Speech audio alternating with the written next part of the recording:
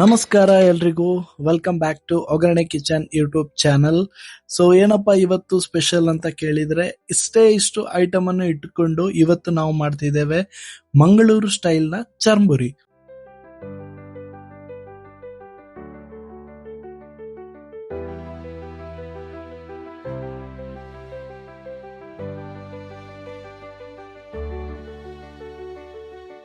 So ಈ ಒಂದು Mangaluru style churmuri ಮಾಡ್ಲಿಕ್ಕೆ ನಮ್ಗೆ ಮೊದ್ಲಿಗೆ ಬೇಕಾದದ್ದು ಈ ರೀತಿ ಪಾತ್ರೆ. ಯಾಕಂತ ಕೇಳಿದ್ರೆ ನೀವೆಲ್ಲರೂ ನೋಡ್ತಿರ್ಬೋದು, ಮಂಗಳೂರಲ್ಲಿ ಎಲ್ಲಾದ್ರೂ ಆಟ ಕೋಲ ನೇಮ ಏನಾದ್ರೂ ಆಗ್ತಿದ್ರೆ ಈ ಒಂದು ಪಾತ್ರೆ ಸೌಂಡ್ ಖಂಡಿತವಾಗಿ ನಮ್ಗೆ ಬರುತ್ತೆ. ಸೊ ಇದ್ರ ಜೊತೆಗೆ ನಮ್ಗೆ ಮಂಗಳೂರು ಸ್ಟೈಲ್ ಚರ್ಮುರಿ ಮಾಡ್ಲಿಕ್ಕೆ ಒಂದ್ ಫುಲ್ ಈರುಳ್ಳಿ ಬೇಕಾಗುತ್ತೆ, ಆಮೇಲೆ ಹಾಫ್ ಟೊಮೆಟೊ ಬೇಕಾಗುತ್ತೆ, ಹಾಫ್ ಕ್ಯಾರೆಟ್, ಆಮೇಲೆ ಅಚ್ಚ ಖಾರದ ಪುಡಿ ಬೇಕಾಗುತ್ತೆ, ಆಮೇಲೆ ತೆಂಗಿನೆಣ್ಣೆ. ಇಷ್ಟು ಐಟಮ್ ಹಾಕಿದ್ಮೇಲೆ ನೀವು ಒಂದ್ಸತಿ ಟರ್ನ್ ಮಾಡ್ಬೇಕಂದ್ರೆ ಮಿಕ್ಸ್ ಮಾಡ್ಬೇಕು, ಚಂದ ಮಿಕ್ಸ್ ಮಾಡ್ಬೇಕು. ಬೇಕಾದ್ರೆ ಇದಕ್ಕೆ ಕಡ್ಲೆ ಕೂಡ ಆಡ್ ಮಾಡ್ಬೋದು, ನೆಲ ಕಡ್ಲೆ ಅಂತ ನಾವೇನ್ ಹೇಳ್ತೀವಿ ನೋಡಿ, ಆ ಕಡ್ಲೆ ಆಡ್ ಮಾಡ್ಕೊಳ್ಬಹುದು. ಬಟ್ ನಾವಿಲ್ಲಿ ಮಾಡ್ಕೊಂಡಿಲ್ಲ, ಇದೊಂದು ಸಿಂಪಲ್ ರೆಸಿಪಿ ಆಗಿದೆ. ಸೊ ನೆಕ್ಸ್ಟ್ ಇದ್ರ ಜೊತೆಗೆ ಎಗ್ ಚರ್ಮುರಿ ಬರುತ್ತೆ.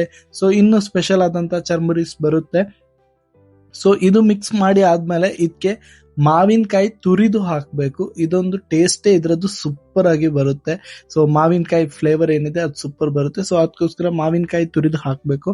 ಇದ್ರ ನೆಕ್ಸ್ಟ್ ನಾವು ಮಂಗಳೂರು ಸ್ಟೈಲ್ ಅಲ್ಲಿ ಇದಕ್ಕೆ ಕುರ್ಲು ಅಂತ ಹೇಳ್ತೇವೆ. ಸೊ ನಾನು ಅದಕ್ಕೆ ಅದೇ ಲ್ಯಾಂಗ್ವೇಜ್ ಅನ್ನು ಯೂಸ್ ಮಾಡ್ತಾ ಇದ್ದೇನೆ.